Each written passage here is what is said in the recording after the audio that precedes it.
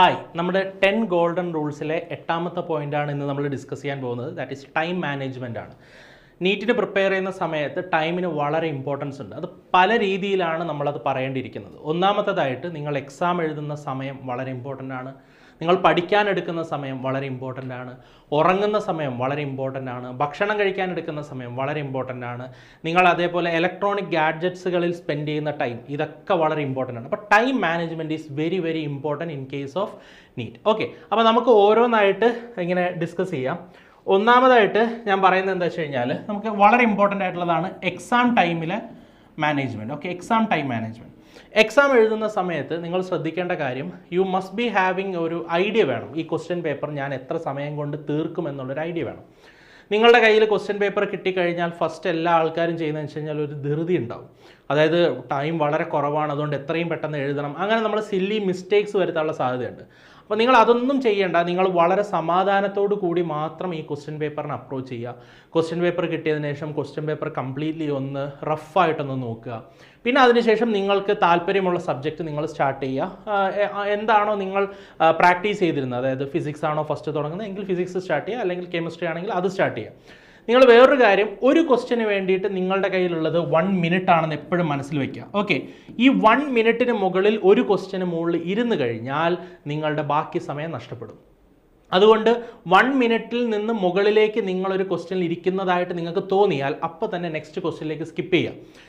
ഇല്ലാന്നുണ്ടെങ്കിൽ നിങ്ങൾ എന്താ ചെയ്യുന്നത്, നിങ്ങൾ ആ ക്വസ്റ്റ്യനുമായിട്ട് നിങ്ങൾ ഇങ്ങനെ അടികൂടിക്കൊണ്ടിരിക്കുന്ന സമയത്ത് നിങ്ങളുടെ സമയം മുഴുവൻ പൊയ്ക്കൊണ്ടേയിരിക്കും.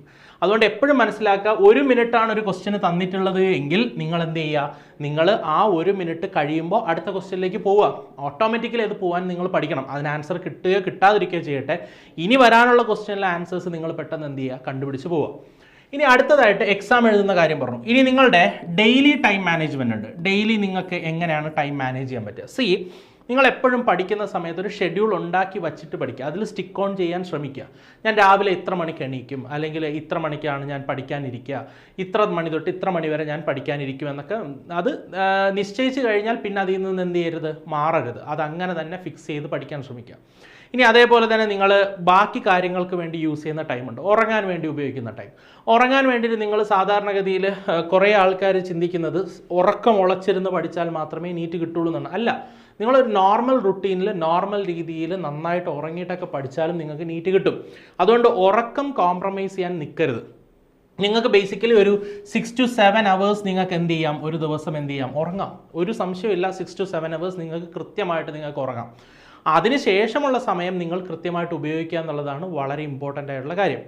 ഇനി അടുത്ത് നമ്മൾ ഡെയിലി നിങ്ങൾ ടൈം യൂസ് ചെയ്യുന്നതിനെ പറ്റി പറഞ്ഞു. ഇനി വേറൊരു കാര്യം വളരെ ഇമ്പോർട്ടൻ്റ് ആണ്, ഇലക്ട്രോണിക് ഗാഡ്ജറ്റ്സ്. ഓഫ് കോഴ്സ് നമ്മളെല്ലാവരും യൂസ് ചെയ്യുന്ന ഒരു സാധനമാണ് എന്ത്, മൊബൈൽ ഫോൺ അല്ലേ. ഇപ്പോൾ ഈ കാലഘട്ടത്തിൽ ഇപ്പോൾ മൊബൈൽ ഫോൺ യൂസ് ചെയ്തുകൊണ്ട് പഠിക്കുന്ന കുട്ടികളുണ്ട്, മൊബൈൽ ഫോണിൽ നിന്ന് മാറി നിൽക്കുന്ന കുട്ടികളുണ്ട്. ഏതായാലും നിങ്ങൾ ഒരു കാര്യം മനസ്സിലാക്കുക, it is A time killer. എപ്പോഴും മനസ്സിലാക്കുക, നിങ്ങൾക്ക് പഠിക്കാനുള്ള സമയം കില്ല് ചെയ്യുന്ന ഒരു വസ്തുവാണ് മൊബൈൽ ഫോൺ.